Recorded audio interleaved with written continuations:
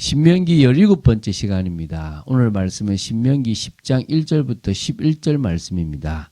3절부터 5절 말씀을 합독하고 신명기 10장 1절부터 11절 말씀을 보도록 하겠습니다. 자, 그러면 신명기 10장 3절부터 5절 말씀을 한 목소리로 합독하도록 하겠습니다.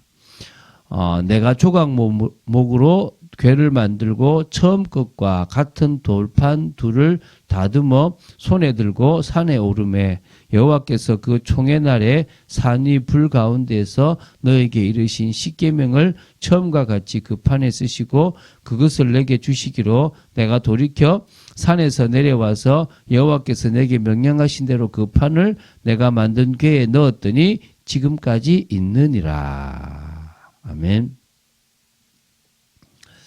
자, 참 하나님이 한번 뜻을 정하시면 바꾸시지 않잖아요. 그죠? 근데, 바꾸시는 데가 있어요.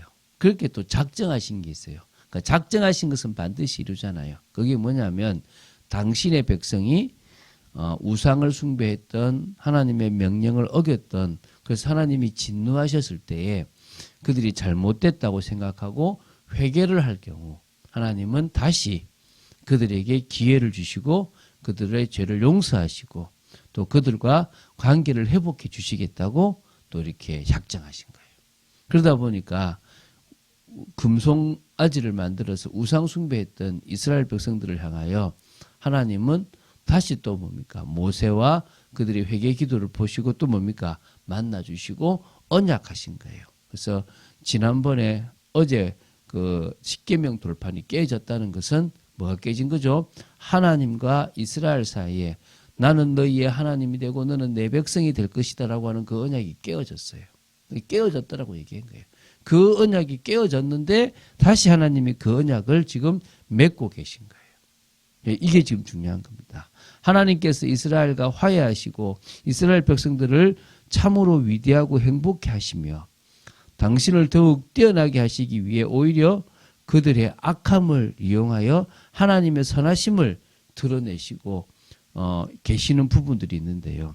첫 번째가 하나님은 이스라엘 백성들에게 또 기록된 율법을 주셨어요. 하나님께서 은혜를 베푸셔서 다시 이스라엘 백성들과 언약하시겠다는 확고한 서약이라고 보시면 돼요. 내가 너희들과 다시 약속할게. 너희들은 악하지만 너희들은 여전히 목이 곧지만 나는 너희들을 사랑한다. 이래요. 이스라엘이 계명을 파괴했고 또 하나님께서 공정히 그 언약을 폐기하셨기 때문에 처음에 기록된 돌판은 분명히 깨어졌습니다. 그러나 그의 노여움이 끝나고 새로운 돌판이 주어졌습니다. 다시 언약하시겠다는 것이죠. 이번에 돌판을 깎은 사람은 모세입니다. 왜? 하나님이 처음에 언약하시겠다고 했는데 그 언약을 이스라엘 때문에 하나님이 깼잖아요. 그죠? 근데 이제 뭡니까? 모세가 중재자가 돼서 직접 그것을 만들어 오는 거예요. 마치 예수님이 진이 이 땅에 오셔서 십자가를 지시는 것과 같은 거죠. 모세는 시띠나무로 된 궤를 만들었어요. 뭐 큰 상자는 아니고 우리가 말하면 언약궤의 상자인데요.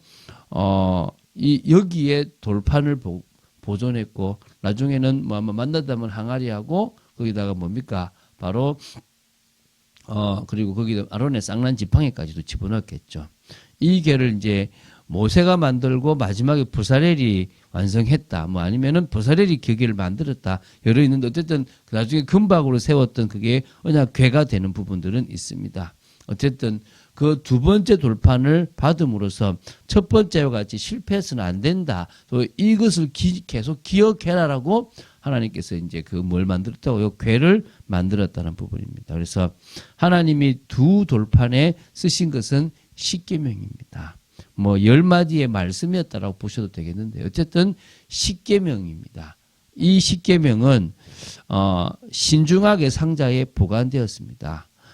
이것을 성소로 옮겨진 것을 가르쳐 명했지만 그것이 지금까지 있다라고 얘기하는 겁니다. 그래서 이게 지금 바로 이제 그 지성소 안에 들어가게 됐거든요. 그래서 모세는 자기에게 위탁된 이 복된 것을 이스라엘 백성들에게 전수했고 그것이 그들의 손에서 순수하게 보관되고 온전히 전해지기를 바랬다는 것입니다. 그래서 목숨을 걸고 지키기를 원했다는 거죠.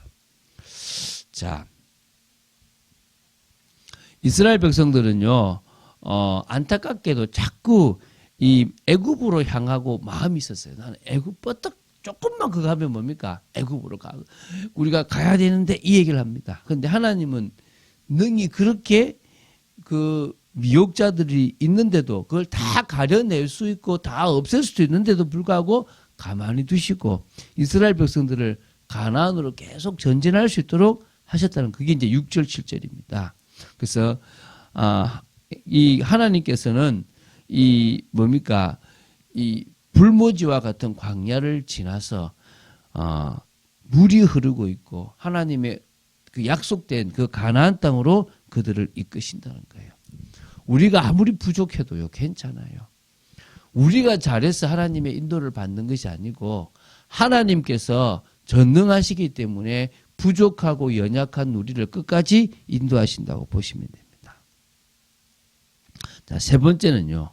모세는요. 여호와의 말씀대로 레위 지파를 구별해 가지고 여호와의 언약궤를 구별하고 여호와의 언약궤를 매게 했고 여호와 앞에 서서 여호와를 섬기고 또 여호와의 이름을 이렇게 뭡니까? 이름으로 백성들에게 축복하도록 했다는 것입니다. 이게 이제 8절 9절에 잘 나오거든요. 한마디로 세상과 구별된 일을 레위 지파로 하여금 하게 한 겁니다. 왜 레위 지파냐? 금송아지 우상 숭배 때 그게 가담했던 많은 사람들이 있는데 모세가 내려왔을 때 모세의 편에 서서 우상 숭배자들을 죽이고 그것을 심판하는 일에 누가 섰냐 하니까 바로 이 레위 지파의 사람들이 섰다는 거예요. 하나님 앞에 다시 서도록 만드는 일에 그들이 섰기 때문에 하나님께서는 이 고아 족속으로 하여금 궤를 매게 했고요. 다른 지파 사람들로 하여금 성막의 모든 일에서 하나님을 섬기게끔 했다는 겁니다. 한마디로 중재자 역할을 레위 지파를 구별했다라는 부분까지 지금 이야기하고 있는 거예요. 그러니까 다시 이걸 이야기하는 게 그래서 지금 레위 지파가 있으니까 너희들은 그의 말을 들으라는 거예요. 그래서 레위 지파 중에서 제사장들은 백성들을 축복할 수 있었고요. 40년 동안 계속했고 또 이게 항구적 규례로 남았던 거예요. 그래서 레위 지파는 형제 중에서 분깃도 없어요. 하나님이 바로 그들에게 기업이 되게끔 했습니다. 그 정도로 구별되게 만들었다는 거예요. 그래서 어떤 의미에서는 뭐합니까? 12지파가 내는 11조나 이 모든 것들이 되어졌다는 거죠. 또 분명한 것이 있습니다. 아론이라는 사람과 그 후손들을 특별히 제사장 직무로 맡게 했다는 거예요.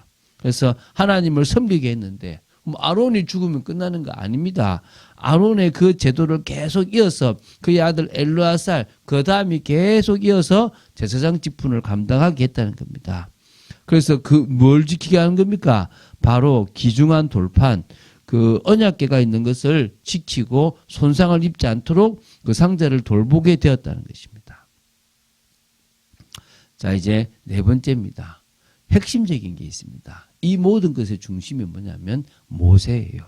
하나님은 모세를 이스라엘 백성의 대변자, 중재자로 받아들이셨다는 거예요.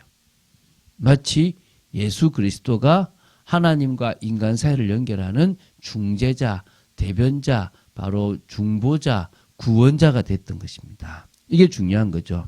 그러므로 모세를 이스라엘 백성들의 왕과 지도자로 세우셨다고 하는 것이 맞는 거죠.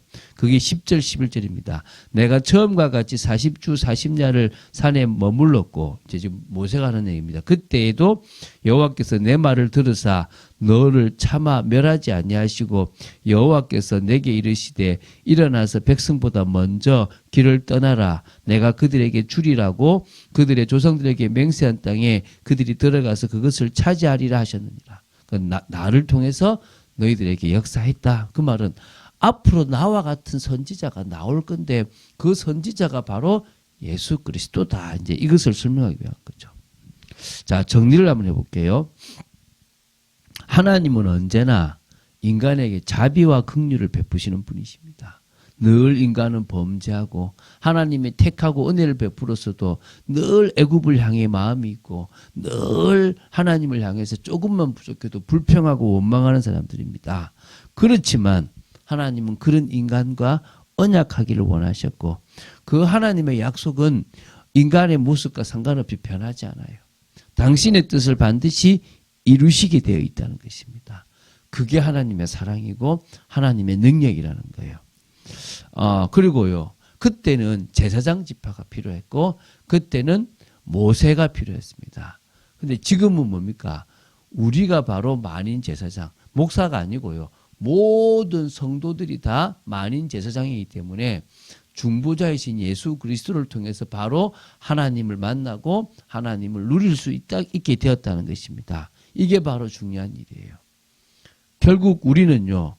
이 구약을 보면서도 신약에 있는 예수 그리스도와 너희는 너희가 하나님의 성전인 것과 하나님의 성령이 너희 안에 거하시는 것을 알지 못하느냐. 이미 우리가 언약궤가 됐고 이미 우리가 성령의 역사는 성전이 되어졌다는 거예요. 이미 우리 속에 그리스도가 계심으로 말미암아 우리를 통하여 하나님의 역사가 이루어지게 되어졌다는 것입니다. 그래서 우리의 삶은요. 형통한 게 중요한 게 아니에요. 하나님의 역사가 있는가 이게 중요한 거예요. 이게 무슨 말이냐면 하나님께서는 세상의 역사 속에서 당신의 뜻을 이루어 나가시기를 원하세요. 근데 그것에 내가 쓰임받고 있으면 되는 거예요. 하나님은 택하신 자들을 구원하시는 그 일을 하시는데 저도 구원받았고 또 다른 사람을 구원하는 일에 제가 쓰임받으면 돼요. 또 하나님은 지금도 당신의 그 언약을 성취해 나가시는데 그 일에 저희들이 중요한 일이든 중요치 않는 일이든 쓰임받으면 되는 거예요. 그래서 우리는 뭡니까?